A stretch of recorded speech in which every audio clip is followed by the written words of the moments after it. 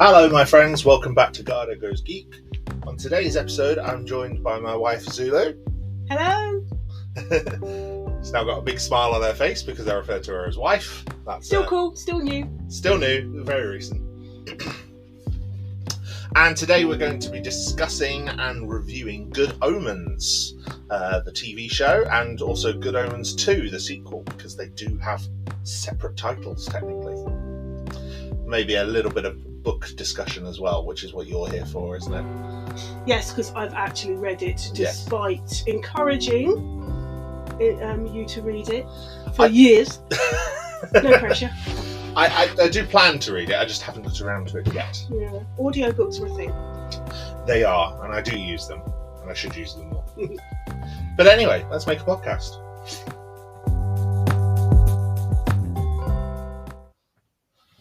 So, before we talk a bit more about the show, do you want to give us a bit of an introduction to the book and the concept of Good Omens itself? Oh, right, okay. So the book came out in the 90s. Well, me personally, I was a fan of Terry Pratchett, so I was reading a lot of what he had read, like he had in the Discworld. Yeah. So then I was starting to branch out into other things, his earlier work, like the Bromeliad trilogy. And then Good Omens came out. So I think it was a couple of years after it came out, I read it. And that's what introduced me to Neil Gaiman as a writer originally. Okay. So made me a fan of his as well. The story really intrigued me because it was one that we know so well in a Western Christian society. We're familiar with the concepts of good and evil and heaven and hell. Yeah.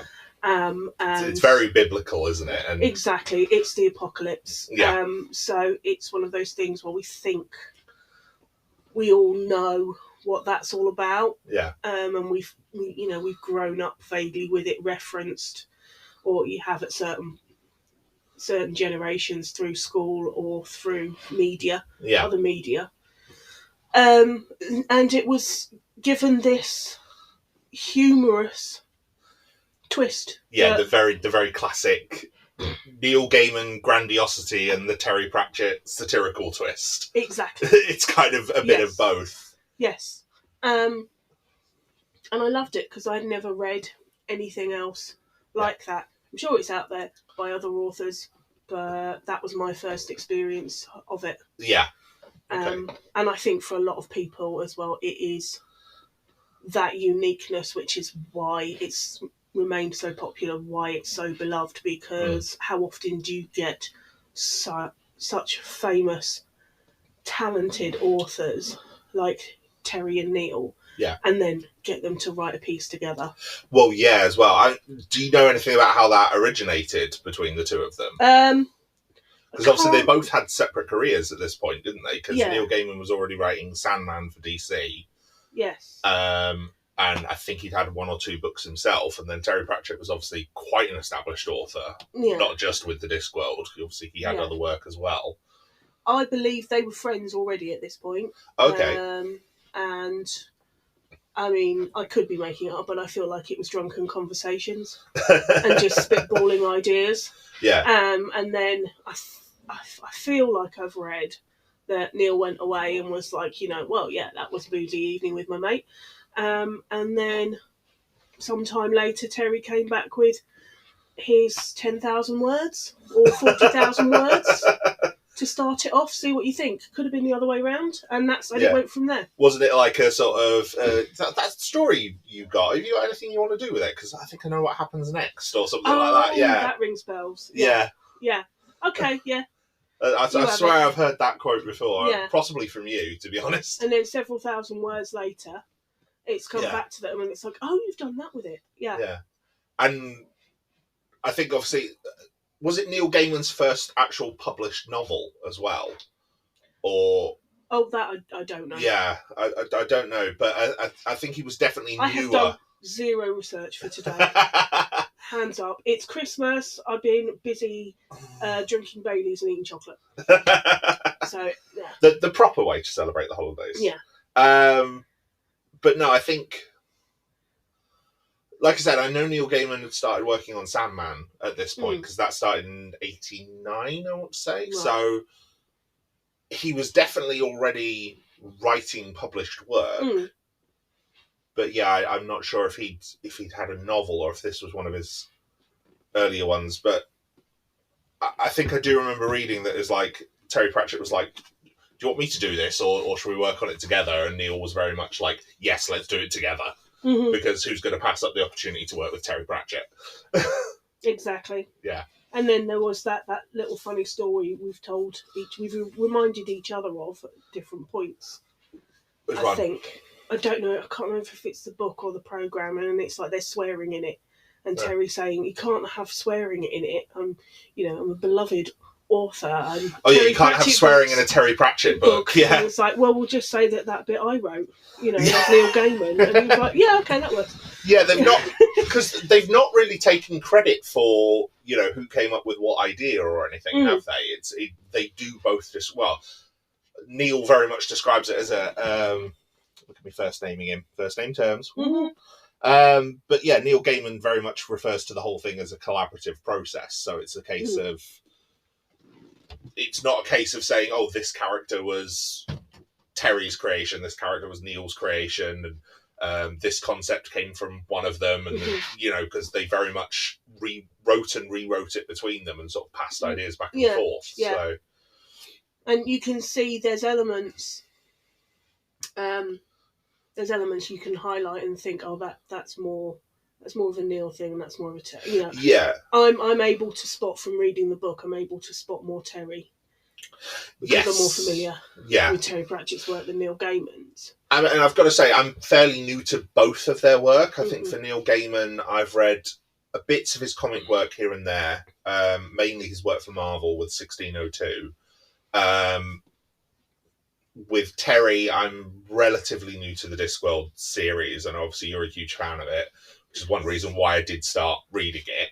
Most of what I've read so far is audiobook. Finally brought you round to the disc side. But most of what I've read is audiobooks rather than actual the written stuff. But even then, Terry Pratchett has a very distinct authorial voice in terms of how he writes. And there's, especially in the Discworld, I've noticed there's a lot. I mean, we're going to discuss Discworld together at some point anyway, so we'll discuss it in more depth there. But I think there's a very definite way of writing that he has that is all over Good Omens. Yes. In the series. Hear it, yeah. And obviously some of it is because, from what I have read of Neil Gaiman, his own style seems very influenced or very similar to that in a lot of ways. But, a lot of the more satirical elements are very clearly Pratchett inspired, or at least seem to be. Yeah. I would agree with that. Yeah. And then obviously they turned it into a series. Unfortunately, Terry Pratchett is no longer with us. He passed away a few years ago. But this was always kind of one of the things he wanted to make, wasn't it? It was a long time coming, wasn't it? Because it was, I want to say, Terry Gilliam tried really hard for years to get it produced in the 90s. And they were looking to do it as a film, weren't they, back then? And I think then we had the events of 9/11 and apocalyptic films and programmes, not so popular. Yes. And it just went away until we finally got it. Every cloud has a silver lining, and because that didn't happen, we got this version. Yes. I mean, the Terry Gilliam version would have been amazing, because Terry Gilliam. It's Terry Gilliam, yeah. I mean, yes, but... Gillingham? Terry Gilliam? I don't know. We digress. The Python, anyway.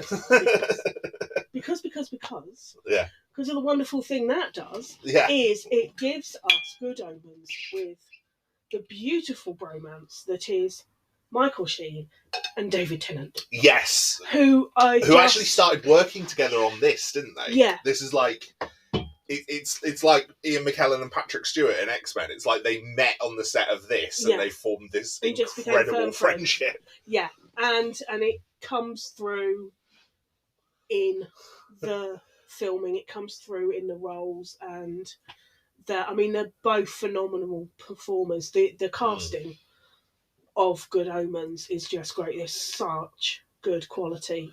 Yeah, there's a lot of quite famous British character actors and things like that throughout it as well. There's notable faces. There are people that are more famous now because of Good Omens 1 and 2. Definitely. And, I've heard it elsewhere that, there's a lot of familiar faces in Good Omens where you go, I don't know where I know them from, but they've been in lots of stuff in British TV, and everybody in Britain has been on Casualty or Holby City or The Bill. In one episode. Yeah. But so you recognise their faces. That it's like, I know them, or they're really good.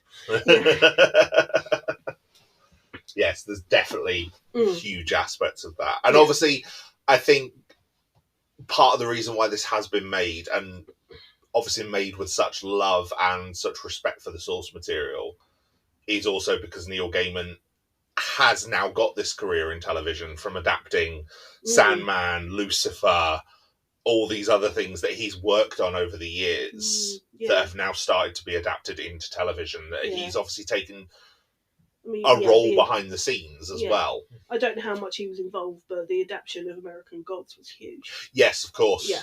That was the other one I was thinking about. I was like, I know there's a third one. Yeah. But Sandman especially, I know he was very heavily involved behind the scenes. American Gods, I think he was as well, although that does differ from the book quite drastically in some points, I'm told. I've not got around to seeing it myself yet. Yeah, that's a different podcast for a different time. Yeah. Once again, you digress. I do. You never normally do that. Oh, no. I'm usually so focused and so on topic, aren't I? Yeah. And obviously Lucifer, I know that originally started with him just kind of in an overseeing role, but I know he's gradually taken more of a role as it's gone on, especially as it moved from Fox to Netflix. Yeah. So... Was he showrunner for season 1 of Good Omens, or season 1 and 2? I think he's showrunner for both. I think so. He's, if not showrunner, he's very definitely a huge creative input. Yeah. Because... from what you've told me when we were watching it, Good Omens 1 there's so much of that is directly from the book. Mm-hmm. Yeah. And unlike with Sandman, where he's changed things or reimagined some things, almost kind of like he's treating the TV show as a second draft, with Good Omens, it's like, no, this is it. Yeah. And then any changes have come as part of Good Omens 2, which I think was an idea that they'd originally discussed, wasn't it? The sequel. They'd got plans together for how to finish it. Yeah, definitely. So that, I think that's more of a season 3. So they'd maybe got more of a fleshed out season 3. Yeah. And season 2 is a bit more Neil working things, I think, personally. And I think season 2 is a bit more Neil than Terry, because I don't think they'd had the opportunity to work together on how they were going to get from the beginning to the end and what was going to happen in the middle. Yes. So more of the middle is more Neil, and that's season 2. And it will be really fascinating to come back to season 3 and see how much of Terry we see in there. I mean, obviously it's kind of... It is going to feel a bit more Neil Gaiman anyway, because obviously, unfortunately, Terry is no longer with us. But it does feel very much like... Yeah, I agree with you. I think season 2 does feel like it's got a lot more Neil Gaiman elements that you can point to and say, that came from Neil. Yeah. Rather than elements that you can point to and say, that came from Pratchett. Yeah. Like I don't know if you've got a plan for this, but I'm just going with it, like the insidious nature of every day it's getting closer. Yeah. With that Buddy Holly happy trilly song, but every day it's getting closer. Yeah. And there's that undercurrent. Yeah. That dark undercurrent. And that to me feels more Neil than Terry. Yes. Although the use of it being a Buddy Holly song and that kind of that everyday sort of mundane creeping dread, that does feel very Terry Pratchett in and of itself as well, Yeah. because there's elements like that in some of the writings that I've read. Yeah. You know, so... But yeah, I'm intrigued by season 3, but we'll get to that. We should really go back to the beginning and discuss season 1. Yes, let's do that. So, season 1 of Good Omens, released under Amazon Prime. Neil Gaiman is the sole writer of every episode of the show, and I think every episode is directed by Douglas McKinnon as well. So there's a very distinct voice across every episode of the show. Scored by David Arnold as well, who also worked on Independence Day, which I love that score. Yeah. And in fact, the score on this is a lot of fun as well. I like the opening music especially. Yes. And then the kind of rock version that you get on the closing credits as well. Yeah, there's so many different elements. So you get the different, I believe, different versions on the end titles, which can be a bit hard with the way streaming works. It gets cut off, which can be annoying. Yeah. But it's beautiful. It's quite different, the music. If we start with the music, it's quite different season 1 and 2. But with season 1, there's a lot of reference to Queen. Yes. So, bit of history there. In the book, it's a very Terry Pratchett joke that any CD put into a car after a certain amount of time will metamorphosize into the best of Queen. The greatest hits album. Because everyone seems to have a Queen greatest hits, but exactly. No one seems to know in where other it's come Terry from. Pratchett books, it's that, that leftover energy and particles in the world transfer themselves into Kate Bush albums and paper clips. Yes. So that's in the book. Yeah, he likes referencing music, I think. Yeah, it's not directly mentioned in Good Omens, the TV series, but that's why Queen is always playing. Yes. That's why it's the soundtrack. Because there's a lot of Queen... Season 1. Yeah, there's a lot of Queen needle drops, very definitely. And then things like the end credits theme, which is called The Tape They Left in the Car. Yeah. It starts very heavy and very much heavier rock than Queen. But obviously, because it's using the note structure from the opening title sequences, it gets to sort of something that Queen probably would have written. Yeah, because it's quite melodic. And it's a reference. It's referenced throughout the book. There was previously a BBC radio adaptation of Good Omens, and at that point, Brian May had been asked to release the rights to Queen music so they could use it, and he said no. And apparently he was approached again for the TV series, possibly by Nick, and he was like, yeah, absolutely, really sorry, I said no the last time. Oh, that's good. So must have just caught him on a bad day. Maybe. But I mean, why... there's all sorts of things that happen like that, don't they? Yes, yeah. But that's why we get to have it in the series, and it's one of those things when you've read the book, you have that little, that little, that's a little Easter egg, little snigger, Terry. Yeah, I mean, there's a lot of Queen needle drops. I mean, Don't Stop Me Now features quite prominently in episode 5 and 6 for, quite an important scene with Crowley. Yeah. So, yeah, that's definitely good. I didn't know that. That's cool. Yeah. But yeah, the series themselves. So the main characters are Crowley, who is a demon, played by David Tennant, looking smoulderingly sexy, I have to say.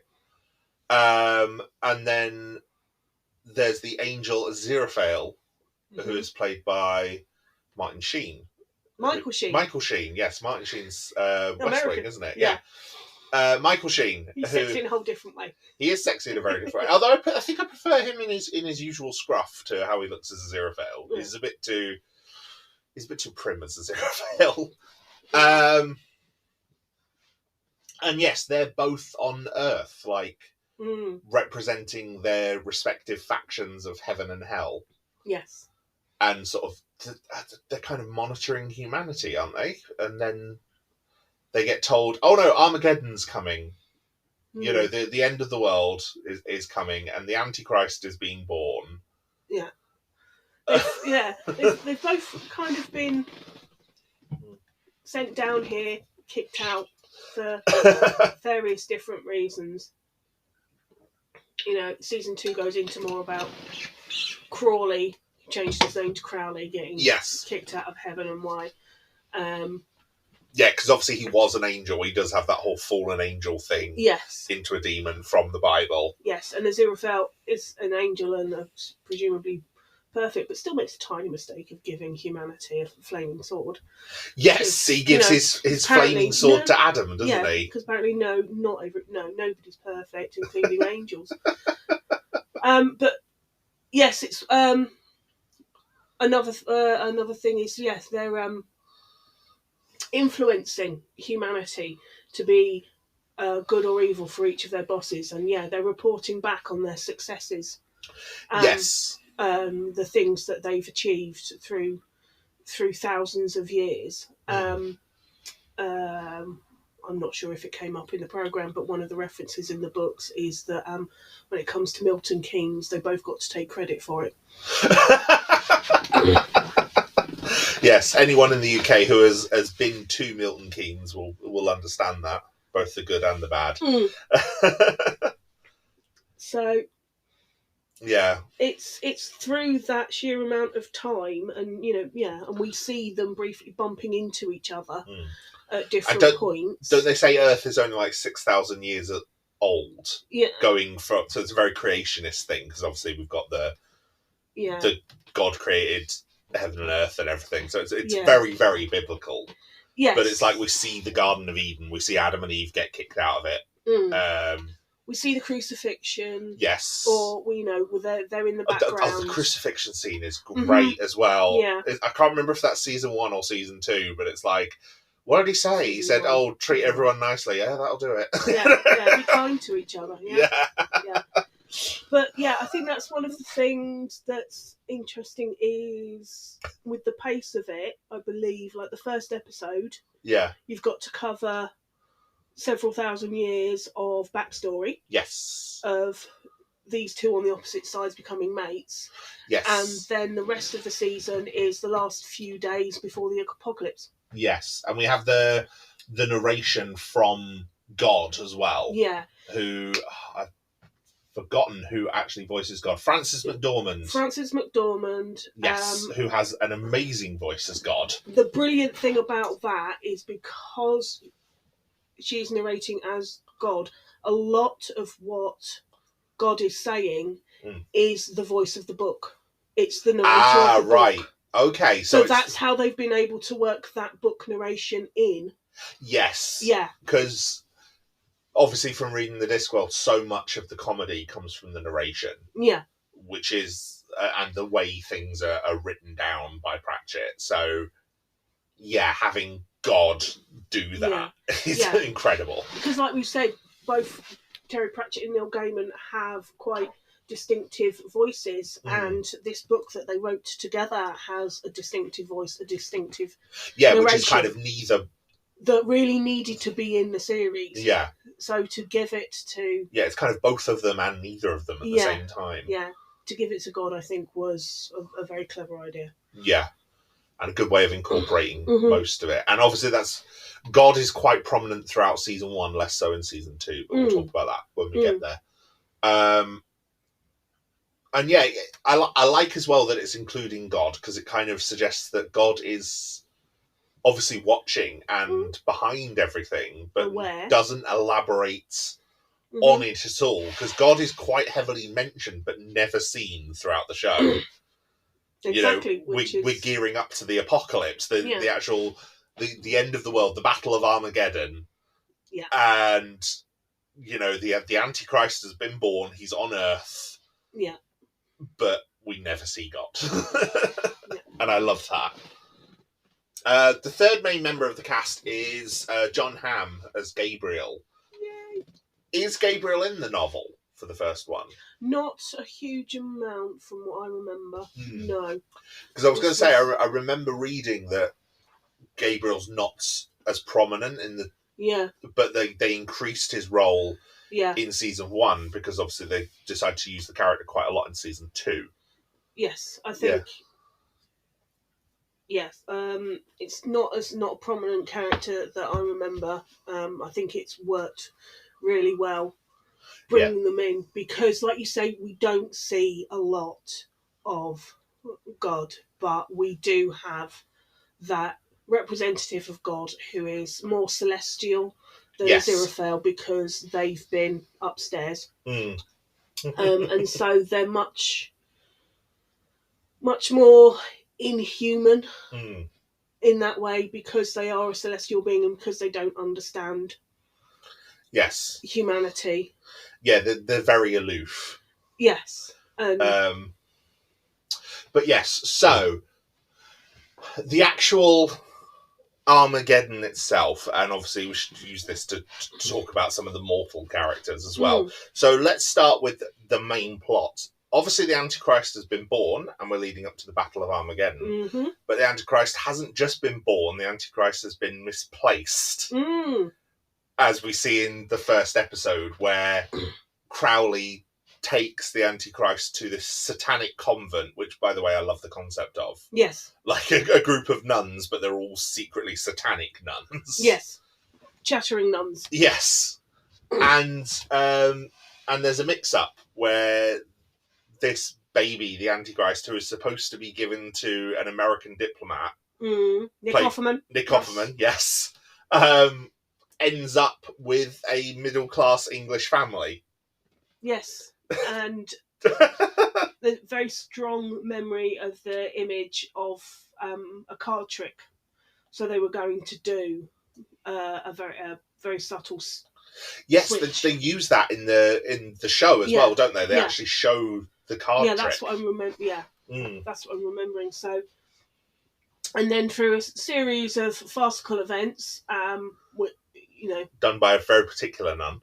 Yes, and proper British humour. Yes, I think in that it's a very quintessentially English farce episode for me. Well, yeah, because it's her politeness that mucks it up, isn't it? Yeah, exactly. And ends up going to a British family. Antichrist is with a British family from a little village, quaint little village, rather than with an American diplomat. Yes, but Crowley and Aziraphale both think that the Antichrist is with a diplomat. Yeah, so they put all their effort into kind of raising this boy Warlock. Yes. So that for his Warlock as well, great name. Yeah. But so that for his 11th birthday, when the Hellhound is sent to Earth to find him, and he could choose, his side in the coming conflict and things like that, because it's kind of influencing him, and you've got Crowley in drag as a nanny. So Crowley's the nanny, and Aziraphale's a gardener, isn't he? So they're both trying to influence him through his life as he grows up, and they work with the family. But the fact that David Tennant is just as a nanny is in drag, it's not done as a comical in drag. I don't think. I think it's literally just David Tennant in a dress. I don't think they do any CGI or anything. And it's beautifully done because it's not mocking or derivative. Yes. It's just matter of fact. Yes, this is who I have to be with this person, so this is how I will appear. Yes. And as a demon, it's absolutely fun because I'm neither one nor the other anyway. Exactly, yeah. But then we come to the 11th birthday. Crowley knows that the Hellhound is coming. Yeah. And Crowley and Aziraphale have this friendship because obviously they've formed this friendship over the millennia. Yeah. So they're both kind of, like, neither of them really seem to want Armageddon to happen. Yeah. Because they seem to quite like Earth, and they quite like the sort of the détente between heaven and hell. They've had several thousand years of freedom, and then like the big bosses upstairs have really started poking their noses in and micromanaging. Yes. Because Crowley's now answering to Hasta, the demon. Yes, and now we're being closely watched for what we do. And now we have to work as well. Yeah, we have to work, and we have to follow we have to follow the guidelines. We have to follow the rules of the apocalypse, because it's set in stone, isn't it? It's what the whole planet was for. It's part of the plan. Part of the plan. It's part of the plan. We can't fight it. God's great plan. Even if we don't understand it and we disagree with it. Yes, but the Hellhound arrives on Earth and ends up with a different child. And Crowley and Aziraphale just suddenly realise, oh crap, we've lost the Antichrist. Yes. Yeah. Which is great, because then they have to try and find the Antichrist, while at the same time the 4 horsemen of the apocalypse start gathering. Yes. And it's what? War, death, famine, and pollution, who replaced pestilence. Yes, pestilence, in the book, pestilence retiring, muttering something about antibiotics. Yeah, something about penicillin, I think, isn't it? Yeah, replaced by pollution, who is the most striking of the 4 for me. It's a very non-binary character, very well the visuals depicted. They use for them in the book is incredible. In the show, sorry. Yeah. Death is kind of and the riders of the apocalypse, but they're all on motorbikes. Yes, it's been, so Death is kind of head to toe leather with the mask on all the time. Yeah. You never see the helmet visor get lifted. Yeah. Which I think is also very important for differentiating, because from Terry Pratchett's other work with the Discworld, Death is such a strong, beloved character. Very prominent figure. So you have to move visually, you have to move far away from that really as you can. Yeah. Because people are going to make comparisons. Oh, of course, just by Terry Pratchett's name being on it. Yeah. And obviously the other horsemen do appear in the Discworld as well, don't they? So not pollution, but pestilence does. Yes, and we've got chaos. Yes. So who's Soak? I think he's Anyway. That's a different thing. Yeah. So War is a war correspondent. Famine is someone who's made like a non-food. Yeah, food without calories. Yeah. It has like no nutritional value. Yeah. And that is a great concept. Yes. For famine, and feels like a real sort of modern thing as well. Like, we've made this specially engineered food. You won't get any calories from it, but you get to eat it. Yeah. And it's like, so you can eat whatever you want, but you'll lose weight because you've got no calorie value at all. We're close to that with some like noodle replacements that you can get that are maybe like 1 calorie for a whole portion, or sugar substitutes from a plant. Yeah. He's doing it in like a burger place, isn't he, as well? So it's like, how much nutritional value is there in something like a Big Mac, for example, anyway.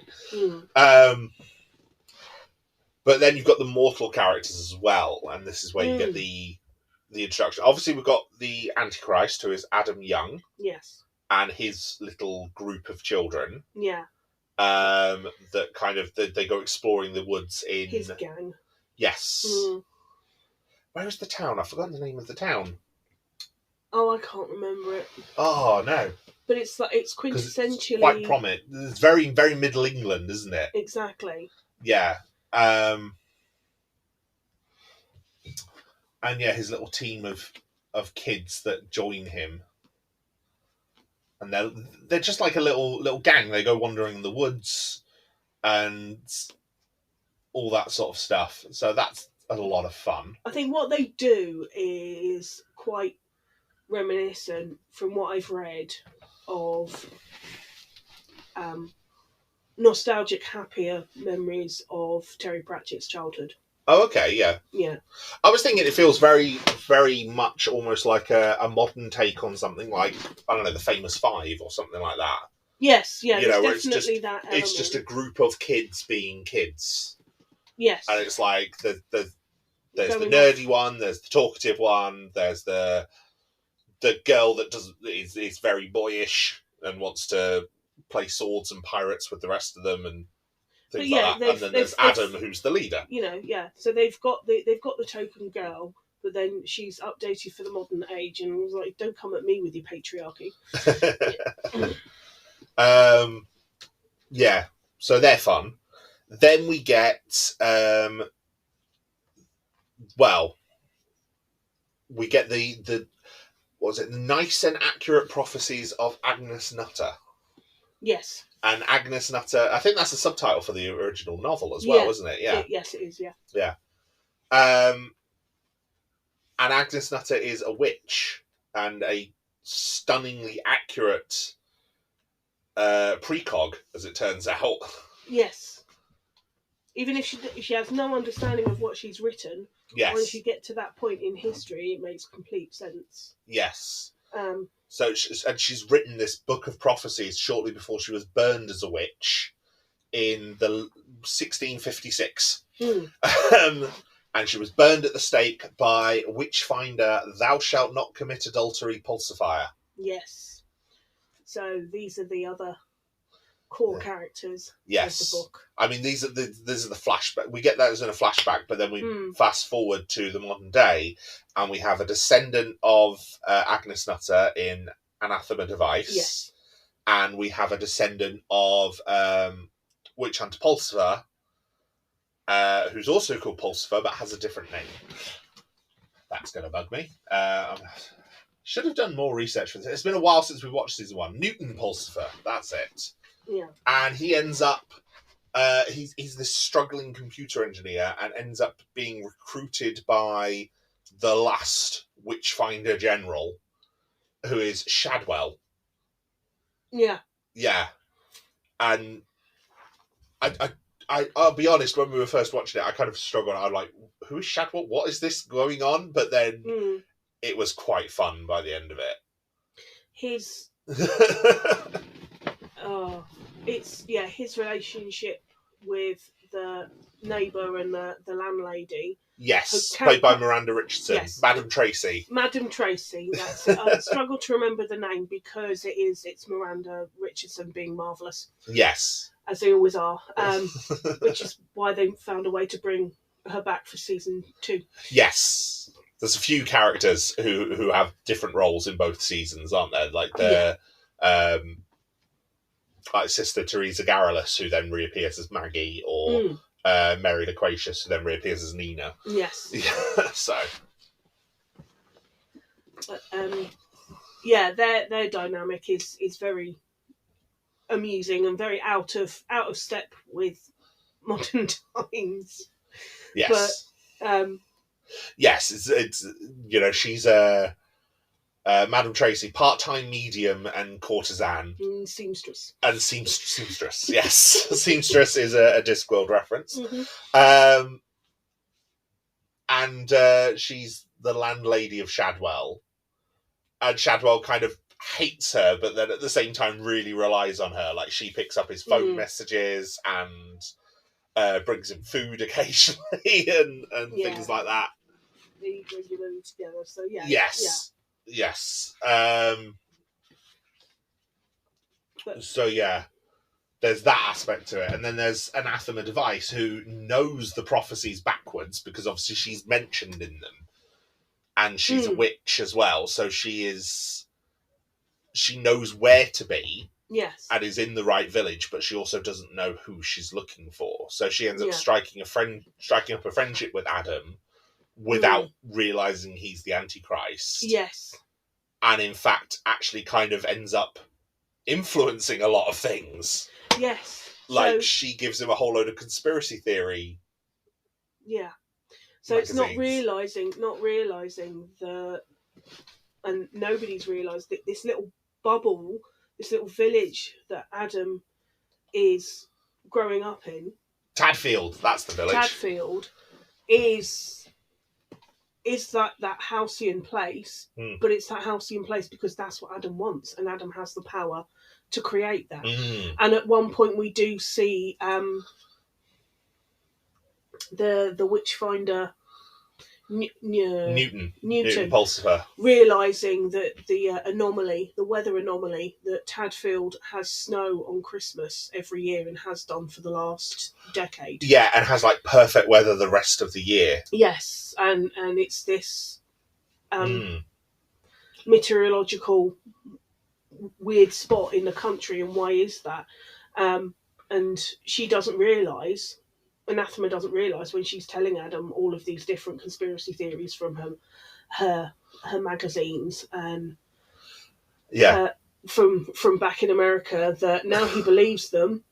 They happen. They happen. So aliens appear and give us messages of peace and love, and then get censored by the government. Yeah, and, there are people that were like, I was in Nepal and now I'm digging a tunnel. Yes. And I don't know why. Yeah. Oh God, that was weird. Atlantis shows up. Atlantis shows up and crashes into a cruise ship. Yes. The Kraken appears. Yeah. And then Anathema doesn't realise this is the person she's looking for, and it's brilliantly narrated again by God, that because she is a witch, she has that second sight, she's trying to see Adam's aura. She can't see it because she doesn't realise just how huge it is. Yeah, they do like a big zoom out, don't they, and show his aura, and it covers like the entirety of the UK. Yeah. Because he's just that powerful. Yes. And his ability to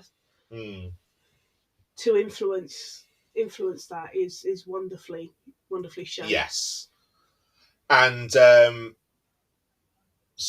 you just have this mad scrabble to kind of understand everything, and Aziraphale and Crowley are both kind of trying to find Adam. Well, they're not aware it's Adam, but they're trying to find the Antichrist. Anathema's trying to find him, but is also friends with Adam. And then Newton ends up coming to Tadfield as well. Kind of, I think it's pointed there by Shadwell as well, because Shadwell learns from Crowley. Yeah. Because like Crowley and Aziraphale have both got contacts, and then both of their contacts turn out to be Shadwell. Yes. Which is very funny. Yeah. And he's basically funded he is the only witch finder, and he's basically funded his entire life. All of his wages come from being employed by the good side and the evil side, and creating this entire workforce of people that need paying by both of them as well. And then he keeps saying, I'll get my best men on it, and his best men turn out to be him. Yeah, but lacking in imagination, so he's got Witchfinder door and Witchfinder teacup. Yes. Yeah, but they all need wages. And Aziraphale and Crowley don't ever question it. It's just hand over the money, and but they're both asking the same thing of him, which is quite handy. Yes, they're both asking him for exactly the same thing. Yeah. So he can send Newton. Yes. Terrible name. Yeah. He can send Newton Pulsifer to Tadfield, where he encounters Anathema. Yes. And they have sex because it was prophesized which knows, is hilarious. Yeah, she's been brought up to know this is going to happen in your life, and these elements of it. There's certain things we know for certain. We know you're going to this place at this time. Yeah. We know it's to find the Antichrist. We know you're going to end up laying with laying with this man, and it's like you can't have sex with anybody else in your life because you're going to lose your virginity at this point in the future with this person. Yeah. Which is like, cheers, Agnes. Yeah. Yeah. That's very. Yeah, it's a lot to put on a young person. And she's been kind of like they had one copy of the book left, didn't they? Her family, and they passed it down through generations and made notes on it and tried to interpret it, and they have the whole. And they're quite rich system as well, haven't they? Because they've put stock in Apple and things like that. So they were able to use it to make themselves wealthy, which meant they were able to then spend more time studying and. But it's all to the end of preventing the apocalypse. So it's not just self-serving. It's because if they do this, they can prevent. They can end Armageddon and sort of prevent it. They can save the world and do everyone a favour.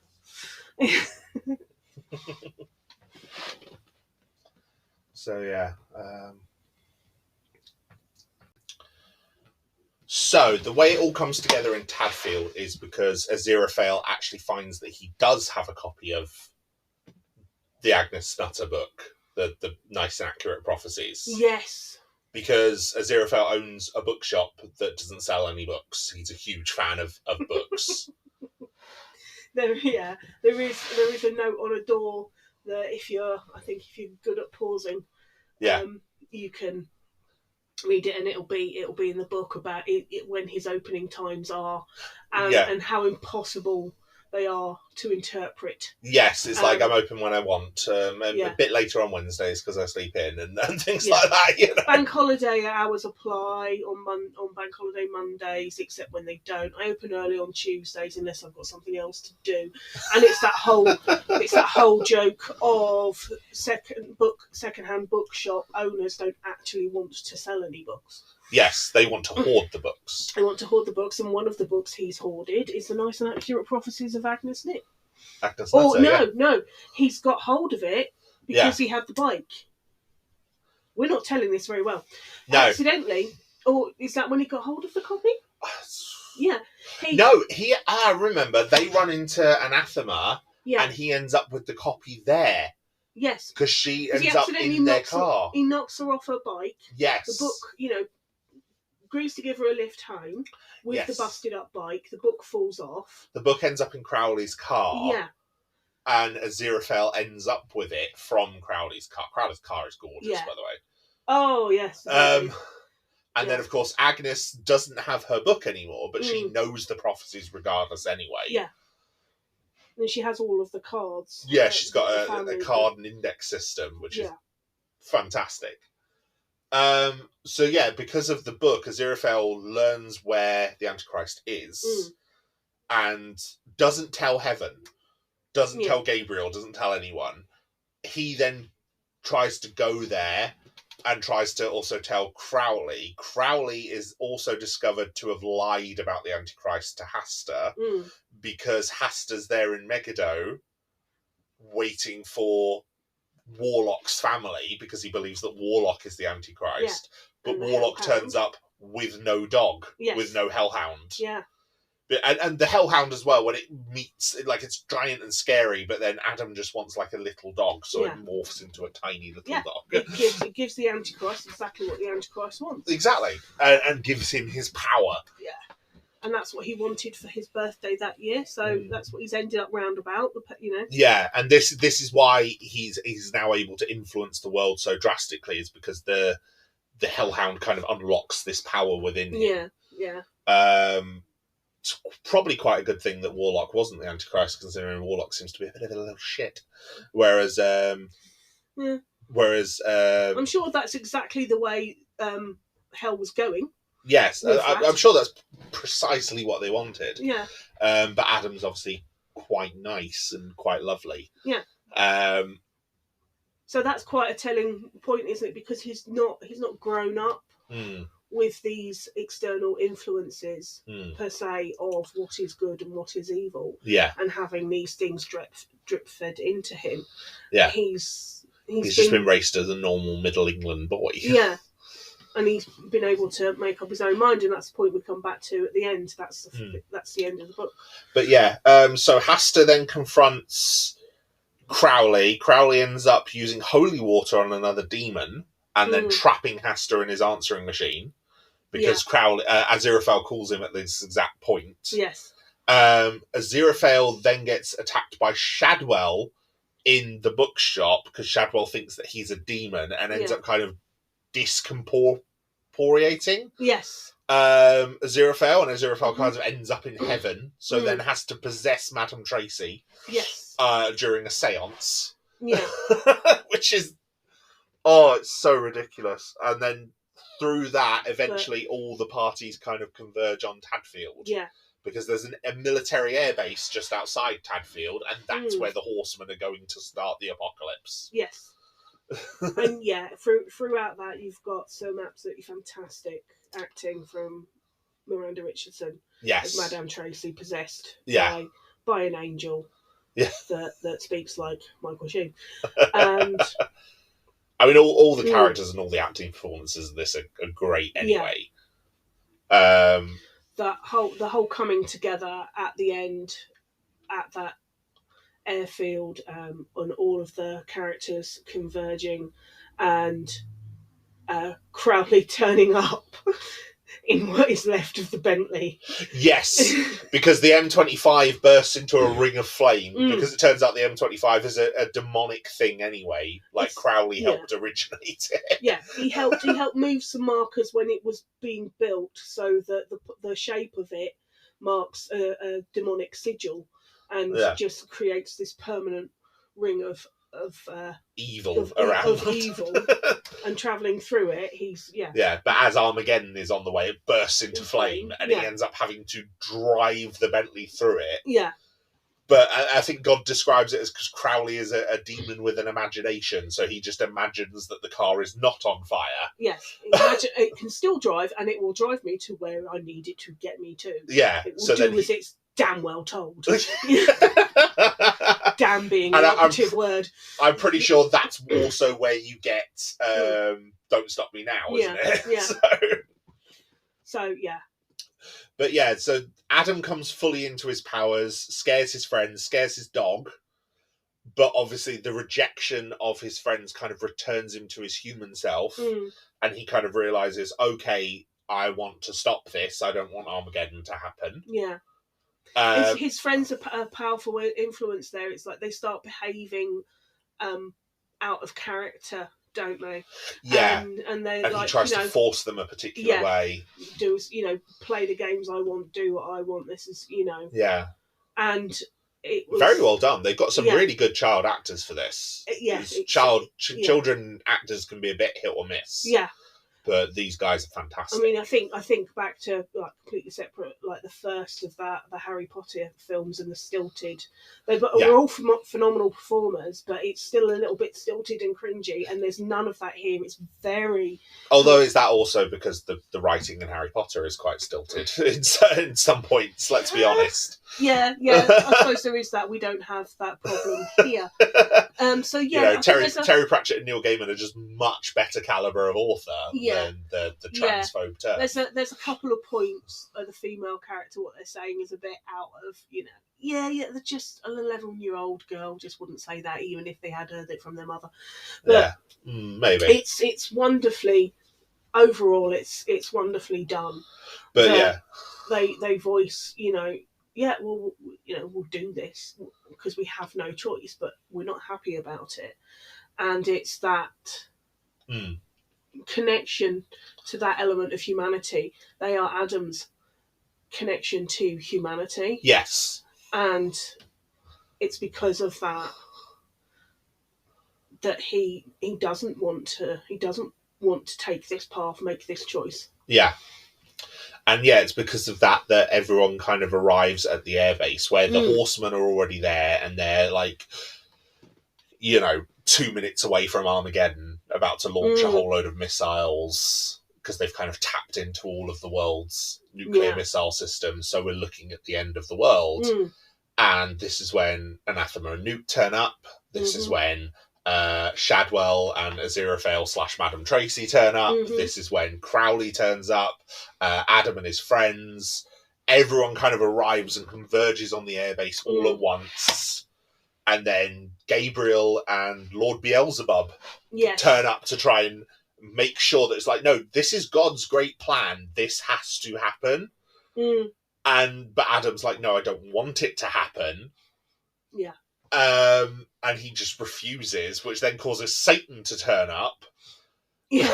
So Satan just bursts out the ground, and Aziraphale and Crowley kind of convince Adam to renounce Satan. So Satan disappears, and his human father turns up. Yes. He's like, I want my dad, but not you. You're not my dad. You're not my dad. Yeah. So the human dad that raised him turns up, which is a lovely way of doing it. Yeah. And concluding the story. It's very human. So Armageddon is over. It's not going to happen. everything's kind of undone. Beautiful little segue. It's been leading up, it's been drip fed all the way through that Newton is awful with electronics, with modern technology. Yes. He wants to be a software engineer, but he's terrible at it. Yeah. How are we going to stop Armageddon when it's on a timer, and when it reaches 0, everything's going to blow up? And Anathema just lets him loose on the computer. You know computers, and I don't. I'm terrible at them. Yeah. It's like, I know it, but it never works. Yeah. If I wanted to stop this, I'd press this button and I'd do this and that.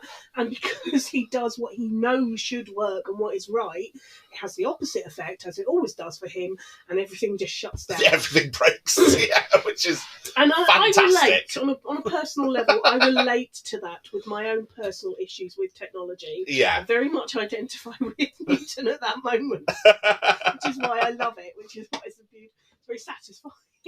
Yes. And then we get the sort of the aftermath of that, because now Aziraphale and Crowley are kind of public enemy number 1, respectively, in heaven and hell. They've been found out for all their muck-ups.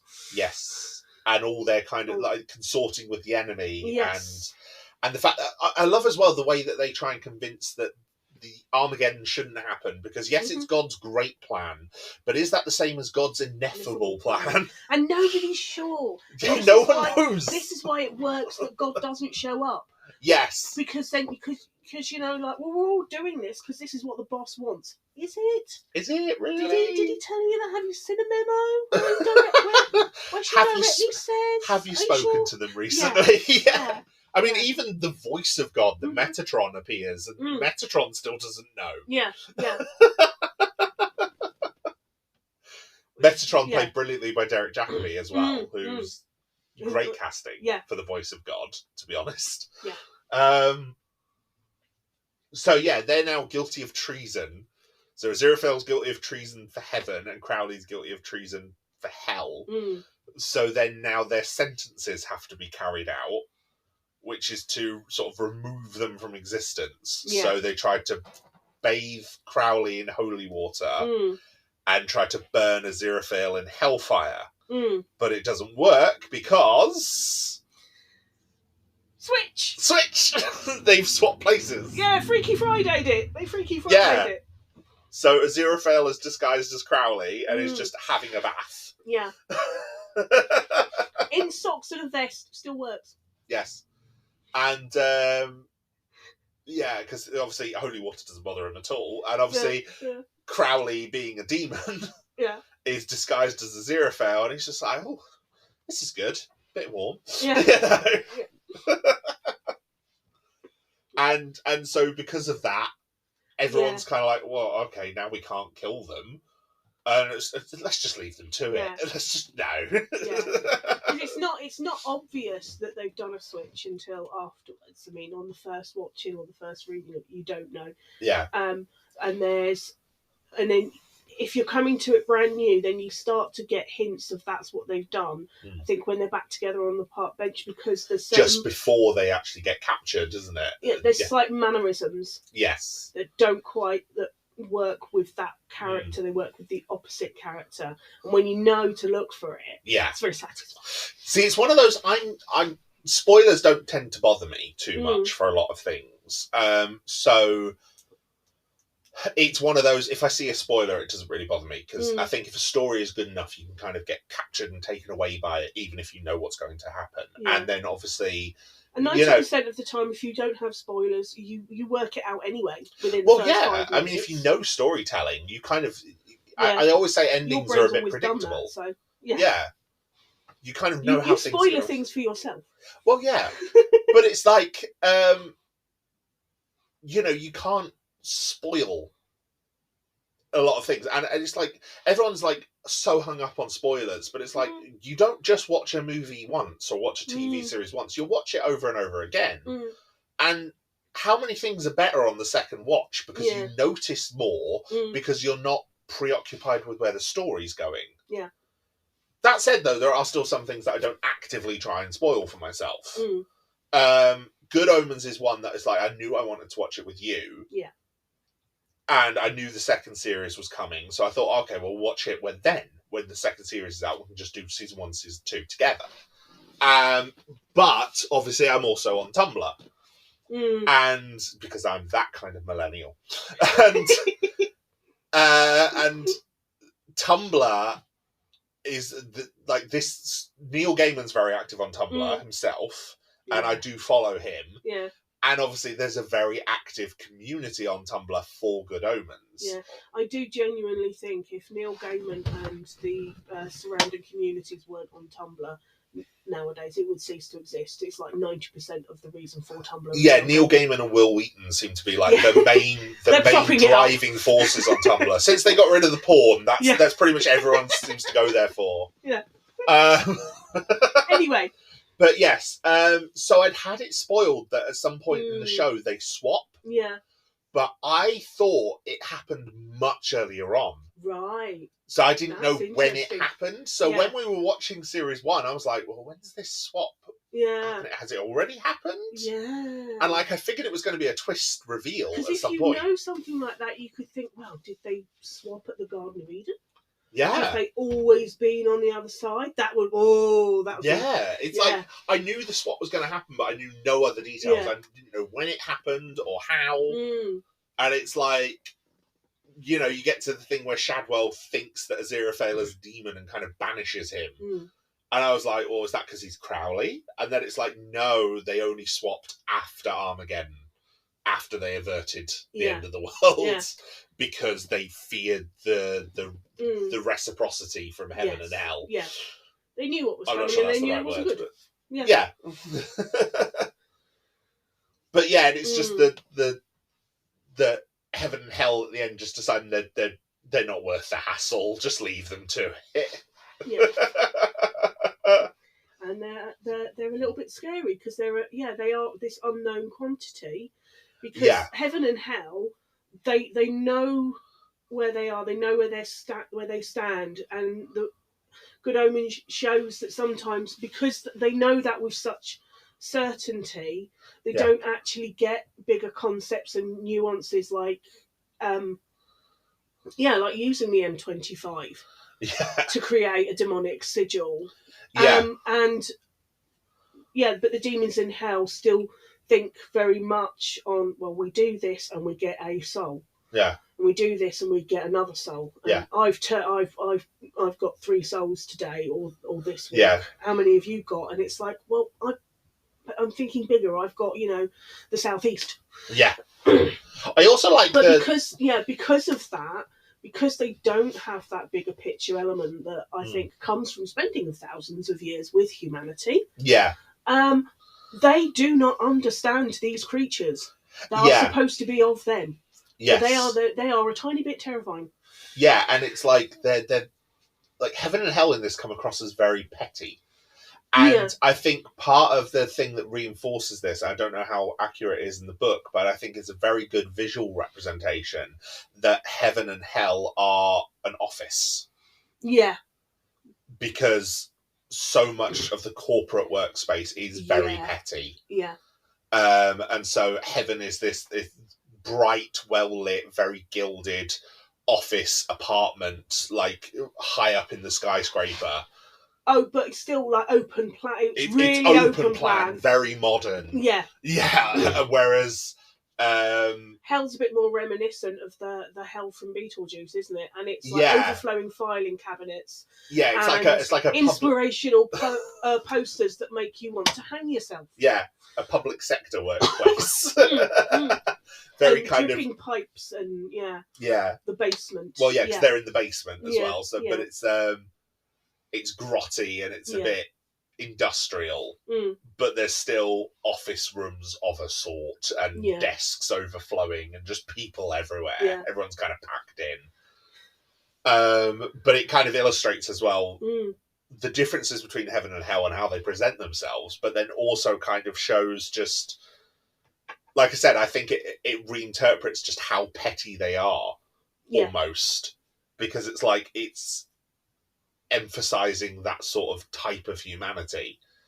Like you've seen that kind of ultra modern, very prim, very proper heaven presenting type, but then you've also seen that grotty, grimy, hell-presenting type. Yeah, and that's what happens when you focus in on the minutiae and you focus in on something like the apocalypse rather than focusing on the ultimate plan or the big picture, the ineffable. Yeah. And then, so that was good. And then the final conclusion, everything kind of ends, everything goes back to normal. I think Adam, does he lose his powers at the end? I don't think he completely does. I think he keeps the dog. Yeah, because he runs off into the field, doesn't he? Yeah. Agnes, Anathema and Newt end up together. And they end up with a second copy. Well, the further nice and accurate prophecies of Agnes Nutter. Yes. But they decide to burn it. Yeah. And they burn, they're in the field and they see Adam and his mates on the other side just, being kids. Yeah. And Tracy and Shadwell decide to retire together in a cottage. So it'll be interesting to see, because we haven't seen Adam in season 2 of Good Omens at all, whether he reappears in season 3. Well, yeah. If they keep that, if they bring that character back. Yeah, and everything just kind of goes back to normal, and life continues. Yeah. And you end with... Including for Aziraphale and Crowley. Yes, who have lunch at the Ritz and make toasts to the world.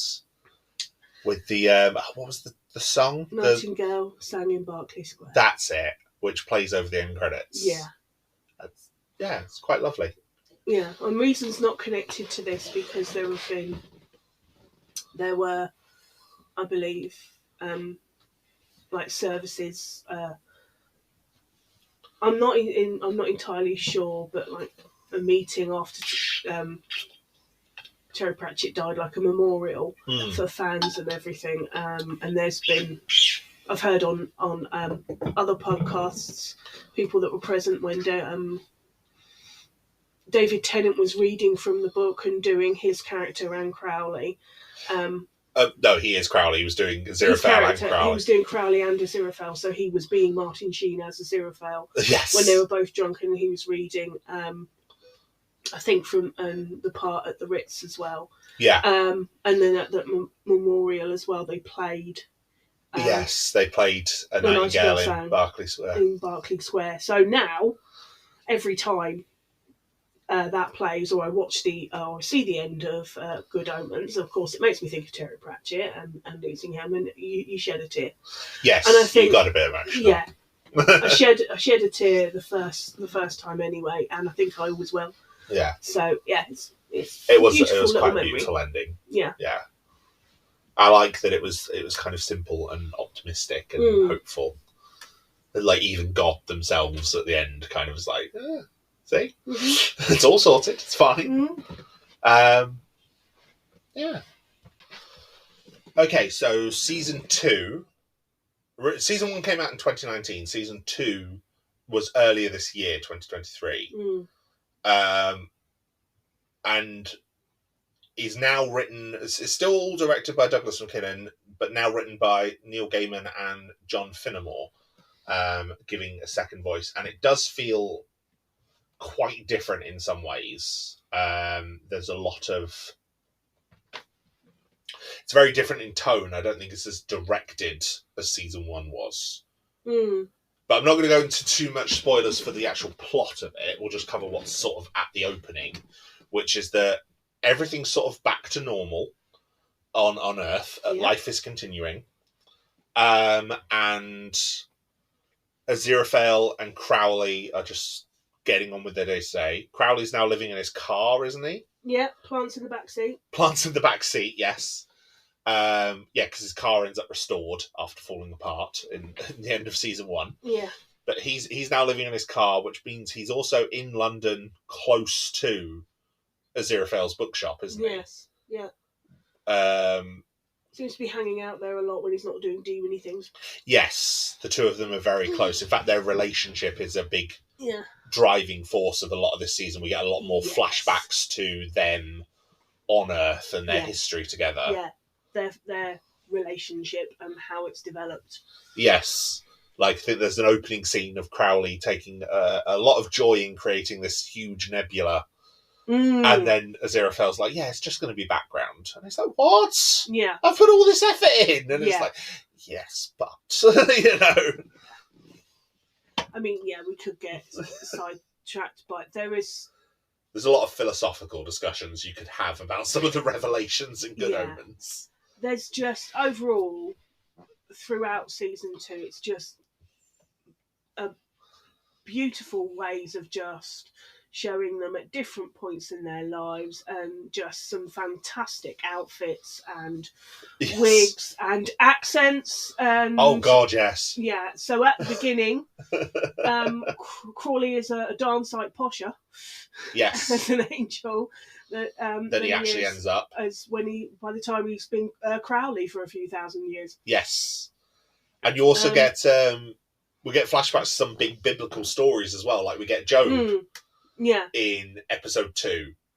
Yes. Who's played by Peter Davison as well, which is great. The former Doctor and also David Tennant's father-in-law. Yes. And no Nepo baby, but one of the children played by David's child. Yes, it's Tyler, isn't it? Tyler Tennant. Yeah. Yes, who's also in House of the Dragon. So who just does spoil entitled child really, really well. I don't think it's not typecasting, but they excel at it.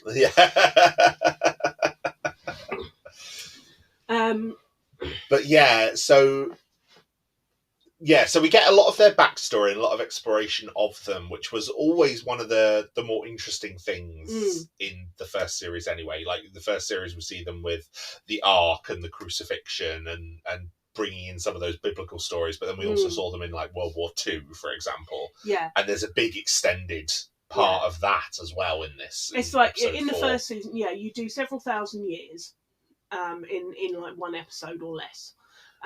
So this is, throughout this season, it's exploring different points through those several thousand years of what made them just be work colleagues. Yeah.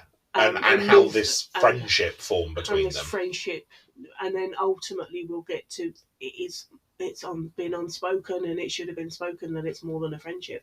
Yes. But I digress. We go. Yeah, we don't want to spoil too much of that because that's part of the big driving thing for the season. Yeah, going back to the beginning and Crawley creating the angel, creating that nebula, and then asking a question or putting a suggestion in a suggestion box, and it's like, what harm could it do? And Aziraphale's like, I don't know, rather you than me. And and that's what leads to the expulsion from heaven. That's the first chink, and then it's like, that's what how terrible one could it be? It's like pretty bad. Yeah.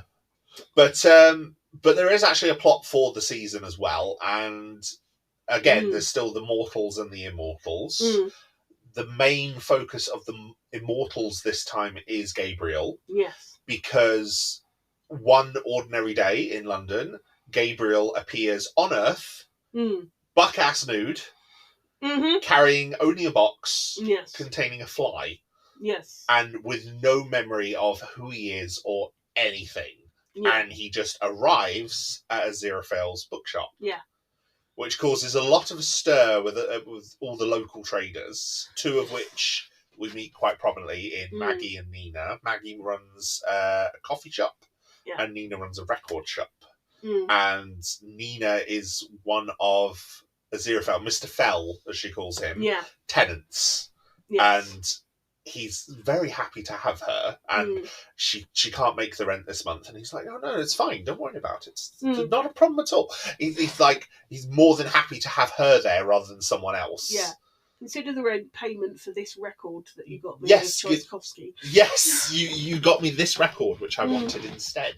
Which is also kind of Aziraphale is engineering the things so that he has the perfect life on Earth. Yeah. he wants obscure records, so he has a record shop run by someone who really just wants to run a record shop. Yes. Yeah. Because wants records. Yeah.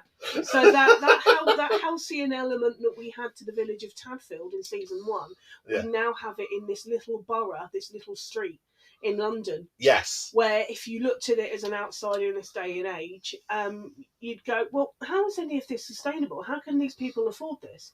Yeah. Nobody can pay the rent on a record shop and make the money, the profits they need, even in the really hipster bits of London. But it's like, and no, it's like, they've, how are they they've just managing? got... And it's like they're managing because Aziraphale wills it, and he's making sure everything works out because this is the community they want. They don't want anything to change. Yeah. Just this is how they can manage to stay in a bookshop that never actually sells any books. Yes, very generous benefactor. That's how it works. Yeah. So Gabriel arrives with no memory, and then we soon learn that both heaven and hell are very interested in where Gabriel has gone. Yeah. So Crowley and Aziraphale conjure a miracle to try and hide Gabriel, but the miracle is kind of detected by both heaven and hell. Yeah. So then, of course, they become public enemies number one. Given their past, they're not allowed to perform miracles anymore, are they? No, there is that as well. So they've got to, they do. I think they do half a miracle each. Yes. To make one whole miracle. One whole miracle, but it's in the hope that it doesn't show up. But instead it shows up like a flare. Yeah. And of course, like, well, why are you creating a miracle? And then they have to come up with a cover story for the miracle. Yeah. Because now heaven and hell don't recognize Gabriel. Yes. As he is. Yeah. So they have to come up with a cover story for the miracle. And the cover story they decide to go for is that, they're trying to help Maggie and Nina fall in love. Yeah. Because... So the record shop owner is... Nina, we mentioned her. And so Maggie is... The coffee shop owner. And they are the chattering nuns from season 1. Yes. Not the same characters, but the same actresses. Yes, same actresses. But this is how we get to see those faces again. Yes. And then there's also Miranda Richardson returning from season 1, but she's now playing a demon, Shax. Yes. The demon chose to take this form. It's very pleasing. Yes, and she's kind of Crowley's replacement as like an angel of... an emissary of hell on Earth. Yeah. But of course she still reports to Crowley because... I'm not sure why. I think it's kind of she worked under him before. And I think as well, they understand this place. Yeah. Well, there is that. They get how it works. Yes. So, it's like the witch, using the witch finder. Yeah. As Aziraphale and Crowley did. So her demon is now using Crowley in the same way. Yes. And then there's also Muriel, the new angel character, who comes down in a shining white police uniform. Yeah. With, what is the name they use? Because it's the most ridiculous, conspicuous... Sergeant Constable, something like that? Yeah, Sergeant Constable. Most conspicuous, inconspicuous name ever. Along with the bright white police uniform. Yeah. And just, in awe of everything. Yes. Because, you've heard about all these things, but how you actually see them and experience them. Yeah, and now they're on Earth. Yeah.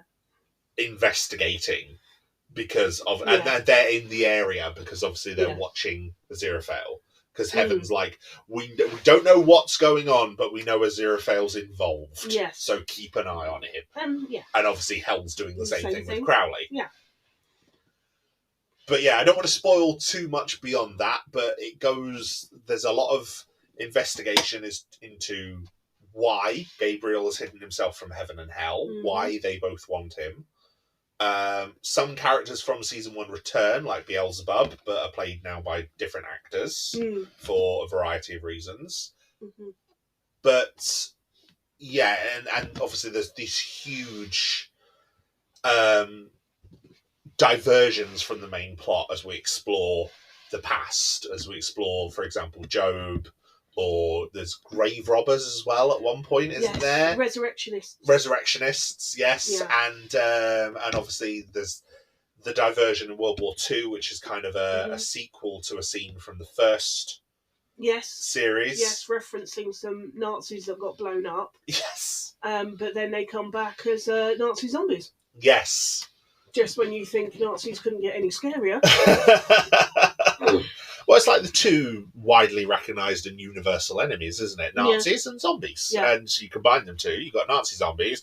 Everyone could agree Nazi zombies are a bad thing. Yeah. You know? Punch them in the face. Although if you go to certain sectors of the internet, trying to convince people that Nazis are a bad thing is hard enough. So Not going there. Not going there. So those episodes, you've got flashbacks to Aziraphale and Crowley's history, and they're like little mini-series. Yeah, they're like little... within the main story. Yeah, I mean, the one in episode 4 is probably the longest. Yeah.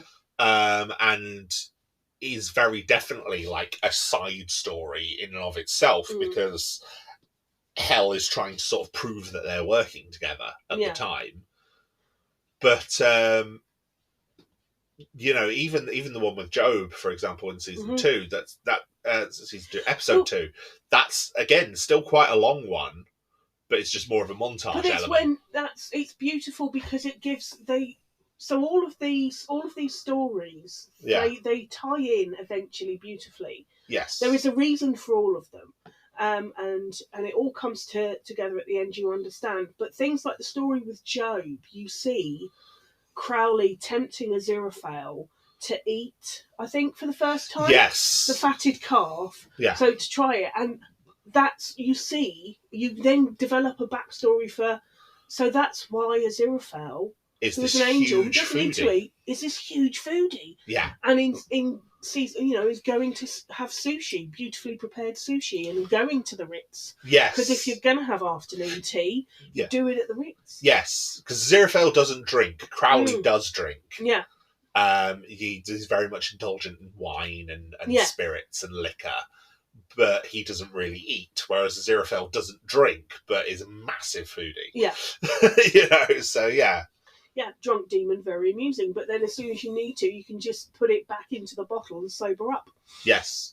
Which we see him do. That's incredible. I remember that. Yeah. See. But yeah, those stories just give extra layers to their background, their history. Yeah. Why they were together. Yeah. I mean, the focus on this season is much more on Aziraphale and Crowley and their relationship, because there are points in the first season, I think, where they almost feel like side characters. Yeah. Like they are kind of the main point of view characters. I'm not sure how true this is in the book, but we're definitely following their story, but there's also large portions of season 1 that are very focused on Anathema or Adam or Newton. And so... Because ultimately they are henchmen for the apocalypse. Yes. They're involved, but they're part of the puzzle. Yeah. Whereas Good Omens 2 is very much, it's all them. And it's like Gabriel's there, but Gabriel's not an active protagonist in his own story because he's lost his memories. Yeah. So it's like the story is told through Aziraphale and Crowley, and it means now the mortal characters of Nina and Maggie, who are involved, but because they're involved as kind of an excuse for this miracle, but although because of the excuse for the miracle, Muriel was now trying to prove that it's a genuine miracle, which is part of the reason why she's there, and part of the reason why Shax is there as well. So that now they do have to kind of engineer the two of them to fall in love. Problem with that is Maggie is already attached to someone. Yes, yeah. Which, I mean, it's not a good relationship. It would appear. I mean, it's made quite clear to us it's quite controlling. Yes. Red flags. Yes, there's a lot of red flags in it. But then there's also the element of their relationship is being created because they need a reason for this miracle, and also because Aziraphale has shipped it. And yes. It's lovely. It's lovely. They would make such a good couple. They're adorable. So let's manoeuvre it with, and how much of that comes from a place of free will, because I think it's much more The record shop owner is, shown to have a crush. Yes, she's got this very strong crush on Maggie. Yes, Maggie, the coffee shop owner, is in this relationship and is invested in that and is oblivious. Yes. To like this. She seems to like Nina, but not in that way. Yeah. She's in the way that she's a coffee shop with a regular clientele and knows all of her regular customers. Yeah. And Nina is just one of her regular customers. They talk day to day. She knows her order. Yeah. But yeah. They've got to just. Aziraphale thought it would be a lovely idea, and then they're in a series of farcical situations where now they have to make it a reality. Yeah. So they're going to go down the trope route of how do you get two people to fall in love? And some of their plans are incredible. Like, what was it? Crowley trying to trigger a rainstorm, so they end up under an awning together. Hide under the awning together because of flash rainstorm that's come out of nowhere and is just over the two of you. Yeah, and then, you're just about to get close. There's just about to be this climactic element, and then the awning is too full of water and breaks and absolutely drenches the both of them. Beautiful moment over. Yes, it's very good. It's very well done, I think. But yes, overall, season 2. Do you think it's better or worse than season 1? Season 2, it's very different. Yeah. It's going to be great eventually watching it back with season 3. It's got that element of it is the difficult middle section. Yes. So it doesn't necessarily have a beginning and it doesn't necessarily have an end. The plot around Gabriel helps it have a beginning and an end. Yes, because the plot about Gabriel is resolved. Yeah. Like, there's definitely things that are going to continue to season 3, but that is resolved. Yeah. But the end of we're not going to spoil it, but it is resolved. Yeah. And the end of season 2 is the start of the big thing that's going to be happening in season 3. Yes. We like to call it. I don't know, am I doing spoilers? Don't spoil too much of the ending if we can help it. But, Metatron turns up and says... Because I think we will discuss Series 3 when we get there, so we'll probably do a spoiler section for that then. Yeah. But it's... Because I don't think it's due next year, is it? It's probably going to be 2025 that this comes out. Yeah. So I think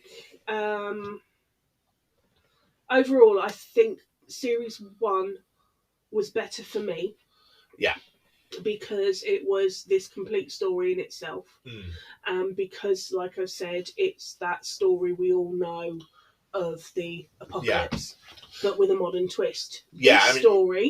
This is not a story I'm familiar with. This is a brand new story. Yeah. Gabriel losing his memories, losing his identity, and why. Yeah. And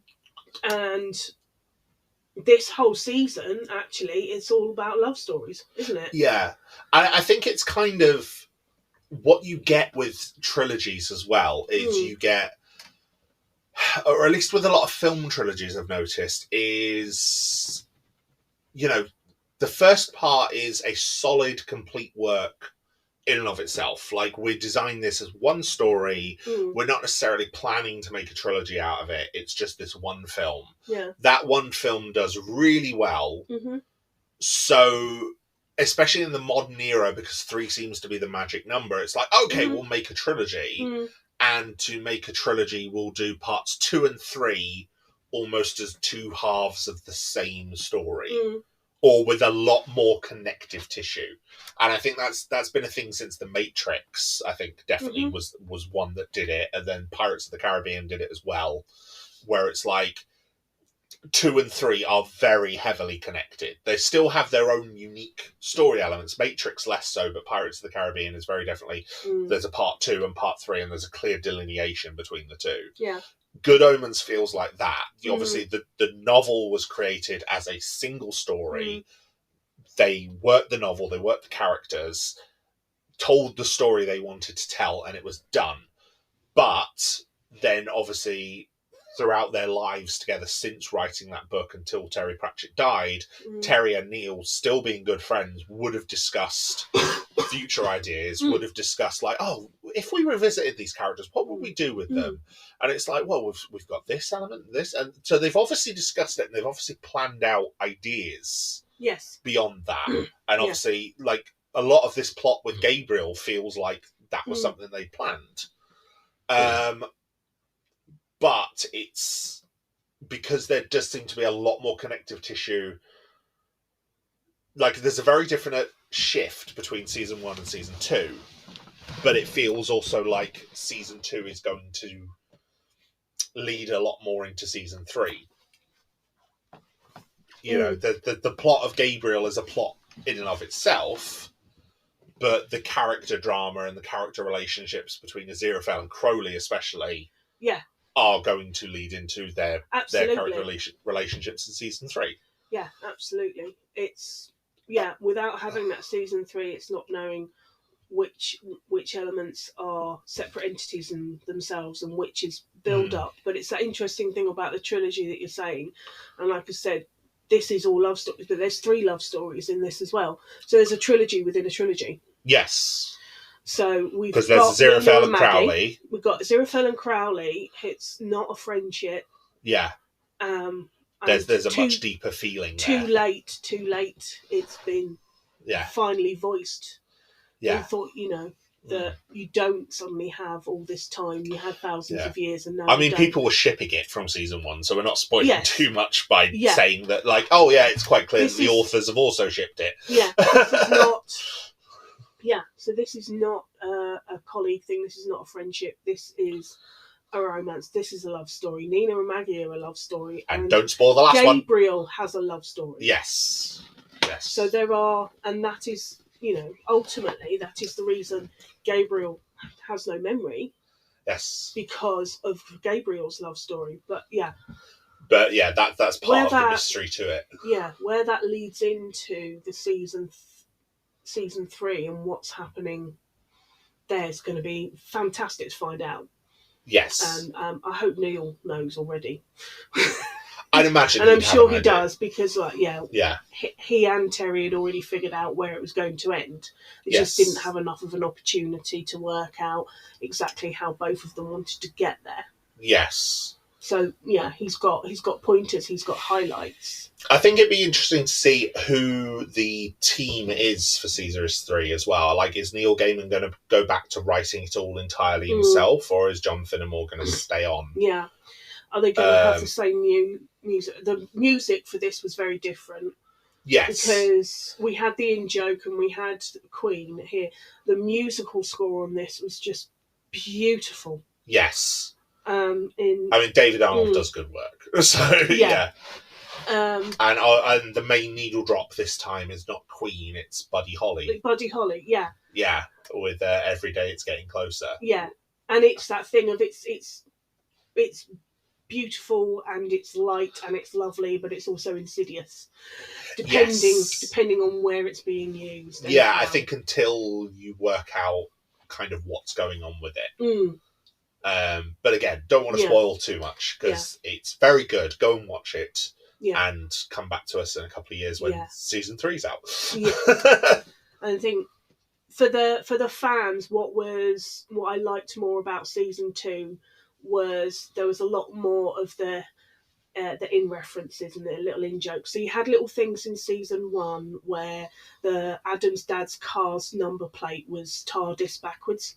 Yes, yes, you pointed that out to me. Yeah, at the Tadfield airfield, the guard at the door, the soldier at the gate, was reading American Gods. Yes, reading American Gods, and Terry Pratchett's hat. Yeah. He's on Aziraphale's hat stand, isn't it? Yeah. So it's still there in this season. Yes. So season 2 has a lot more of it could be more an element of fan service, but it's very much appreciated. So Terry's hat is there.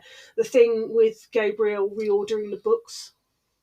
Do you remember? Oh yeah, and he puts them in. He's reordering the bookshop, and he's doing it. He's doing it by the alphabetical order of the first word. The first letter of the first word in each book. which is an incredible way of doing it. Yeah. So it would make no sense to anyone. So you get references to books that were important to these authors. Yes. So to you books get, that they've used as inspiration. In the beginning, the universe was invented. Yeah. This has widely been regarded as a bad idea. Douglas Adams, Douglas of Adams. course. And what was the other one? And the other one, of course, was "It was a nice day." Yes. Which is the first line of Good Omens. Yes. So it's all all those little things as fans. Yeah. Just make your heart sing. Yes.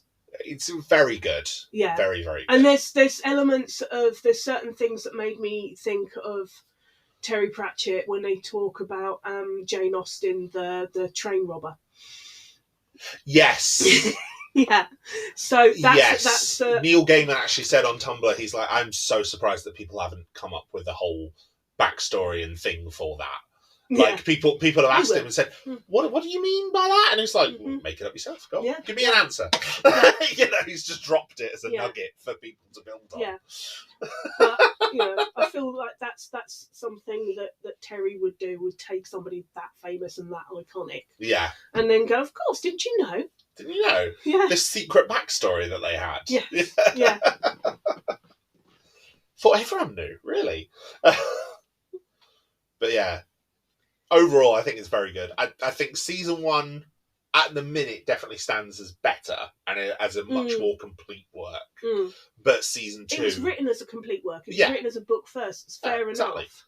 But, and it's, from what you've told me as well, from reading the book, it seems to be a very honest and very accurate adaptation. Yeah. Like, very true to the original work. Season 2 is very good at taking what was a book adaptation into a loved TV series and progressing it into being just a loved TV series. Because there are people that are obsessed with Good Omens on TV that have never read the book. Or only went to read the book because they were obsessed with season 1. Yeah, which I'm probably going to be the latter. You can watch both of these and you can love it and appreciate it without ever going near a written word. Yes. Yeah. And season 2 has been very good at establishing that. Yeah, establishing it beyond the original show, beyond the original story. Yeah. And setting it up for having the final season, the denouement. Yes. And so we're both very, very excited and kind of chomping at the bit for that season 3. And I kind of want to go away and watch season 1 and 2 again, and then think, oh, I should have mentioned that. Oh, I should have said about that. Oh, I forgot to mention. I do that Gabriel's with episodes outfit at the party. I do that with things I talk about all the damn time. So yes, you will have things that. P.S. on a podcast. Yeah. Well, like I said, we're going to talk about it in the future. We'll get to season 3. We'll probably discuss the spoilers for season 2 then. Yeah. And so everything I've forgotten to mention for season 1 and 2 now, I need to remember. Yeah, you can note it down 3. somewhere. Yeah. And then I'm going to go away and watch season 1 and 2 again, and you're going to go away and read the book. Yes, I will.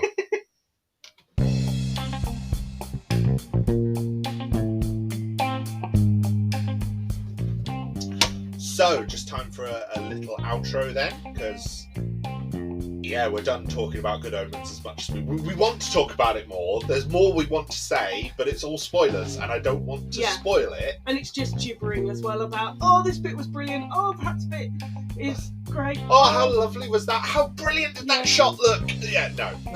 John Hamm dressed as Liberace. John Hamm's arse when he's walking down the street naked. Yeah. David Tennant doing every Scottish accent he possibly could. Yes, oh my god. Whilst intoxicated by laudanum.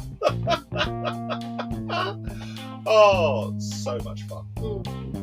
But yes, this is your second podcast with me. It is. And the first one of just the two of us. Have you enjoyed it? Have you had fun? I have. Yeah. So that's another first for us as husband and wife. Yes. Put that as a relationship benchmark. Yeah. That's very interesting. You're going to be back on the podcast soon if I can stick to the schedule I have. I think we're looking sort of February time. Okay. Where we're I'll try and be more organised. Well, we're going to be discussing Discworld. Well, for that one, I am a bit more organised and I have got a bit better memory for names and things that happen, because I have been planning for that podcast for about 25 years. Yes. And Just obviously, to I'm kind of taking the approach of an introduction to the Discworld, because I've only recently started reading them. Mm-hmm. So I've only read a few of the novels. Yeah. I'm currently about to start Weird Sisters, which is the 6th novel. Yeah. Which I'm very much looking forward to. Mm-hmm. And I'm doing them as audiobooks, whereas you have read them all. Yes. And you know, and done audiobooks, and and obviously you know where the series is going, so I kind of want to discuss some of those early books and then sort of discuss the series as a whole. So we'll do that then. And I'm sure Tallulah will drop in for an episode here or there, and you might drop in for another one. There's plenty of other things that I want to talk about. Yeah, if you ever do Aliens, I'm there. Well, I've done Aliens. You missed it. Do it again. Do it again. I think we'll find something else. We will find something else. But yes, you enjoyed the Aliens episode. I remember you telling me. It's a very long one. That one got away from me.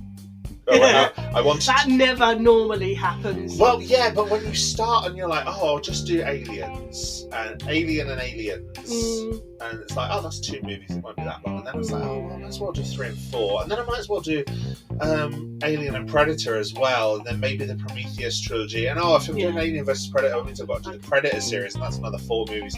So it went from 2 movies to 12 movies. Yeah. So is it any wonder it ended up as a 5-hour podcast? Omens, we'll just do Good Omens seasons 1 and 2. We're doing quite well on the time, because then it became, we'll include the book, and there's this Discworld reference, and then there's this other podcast naming no names, and then and then Neil Gaiman. We can name it. We can shout out the other podcast. It's The Truth Shall Make You Fret. Yeah, it's fantastic. Absolutely brilliant. They're doing a read along of the Discworld, and they have done Good Omens as well. There you go. Yes, but they've expanded over time. Yes. But they're very focused on the books. Yes, and they've taken their many fans, including me, along with them on the journey. Oh God, yeah. It's a reference to that podcast. It's great. But yes, so yeah, we'll definitely be back for Discworld. You'll probably be back before then as well, or will I? Okay. I don't know. You might not. February's going to come around pretty quickly. Yes, I mean Discworld is the next one I have you planned to come on, but obviously you're more than welcome at any time you want to. And I'm sure you might want to join me for the 100th episode, which I'm planning to get out for our anniversary. I'm not spoiling what that is yet on the podcast, but I do know, and I think we might do a roundtable discussion like we did with our 50th episode. Oh, excellent. With you, me, and Tallulah. I think that would be amazing. I'm up for that. Yeah. Okay. You'll be filling up my calendar for the new year quite quickly. You'll be even more excited because I haven't told you what I'm planning to do yet. Yes. So I'll tell you when we stop recording, and you will lose your mind. Because I'm trying to keep it a surprise for my listeners. It's going to be worth it. It's going to be really going to be worth it. So yes, thank you for joining me, Zulu. It's been brilliant to have you on the podcast again. And we will be back shortly. I will be back a lot sooner. I've got some. This episode's coming out now. I think we're a few days from New Year, so I'm doing my big end of the year roundup review for shows and films that I haven't really spoken about, or maybe don't have as much to speak about. Obviously, Good Omens got away from me. It's a lot more than I wanted to discuss. It was very, very good. I enjoyed the hell out of it. Not to say that I haven't enjoyed the other stuff that I'm going to talk about, but we'll get there when we get there. Just imagine how much fun you'll have after you've read the book. Well, yes, and then I'll want to do another podcast. So you always want to do another podcast. I always do. This podcast is my excuse to go back and read and watch things that have been on my watch list for years. years. So that is what I'm doing, and I'm having a whale of a time, and I'm loving the fact that people are listening to my mad ramblings. So, my friends, thank you for joining me and Zulu for this podcast. Look after yourselves, look after your physical and mental health as best as you can. Do whatever you can to make yourself laugh, relax, and enjoy yourself. And I will see you again in the next episode. Goodbye for now.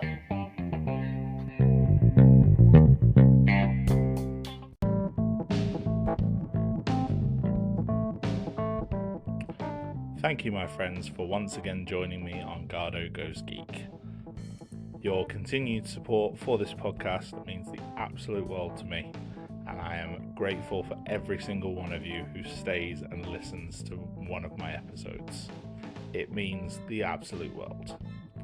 Now, if you would like to engage more with me or the podcast, we have a Discord community, small but growing, and we now have commissions open on Ko-Fi.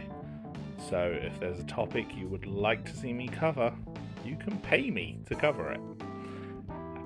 All funds will be used for legal purchase of the relevant items where I do not have them. Have a look on the link tree for more information.